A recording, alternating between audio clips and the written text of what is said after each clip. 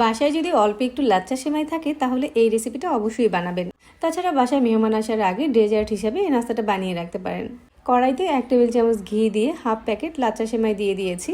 লাচ্চা সেমাইটাকে নেড়ে চেড়ে একদম মুচমুচে করে ভেজে নিয়েছি। অন্য একটা পাত্রে 2 কাপ তরল দুধ দিয়ে সামান্য পরিমাণ লবণ আর 1 চামচ আগার আগার পাউডার দিয়ে মিশিয়ে নিয়েছি। এরপর এখানে 4 টেবিল চামচ চিনি দিয়ে দুধটাকে জাস্ট 2টা বলক ওঠা পর্যন্ত জাল করে নিয়েছি। আমি এখানে দুধের সাথে সামান্য একটু জর্দার রং অ্যাড করে দিয়েছি।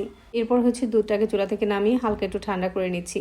অন্য একটা বাটিতে ভাজা লাচ্চা সেমাইগুলোকে সেট করে নিয়েছি। দুধটা হালকা একটু ঠান্ডা হয়ে গেলে সেমাইয়ের উপরে দিয়ে দিয়েছি। উপরে কিছু কিশমিশ আর বাদাম কুচি দিয়ে বাটিটাকে নর্মাল ফ্রিজে 1 ঘন্টার মতো রেস্টে দিয়ে দিচ্ছি। 1 ঘন্টা পরে বাটিটাকে ফ্রিজ থেকে বের করে নিয়ে ডেজার্টটাকে ডিমোল্ড করে নিচ্ছি আর ছুরি দিয়ে পছন্দের শেপ করে কেটে নিচ্ছি। বরফি আকারও কেটে নিতে পারেন।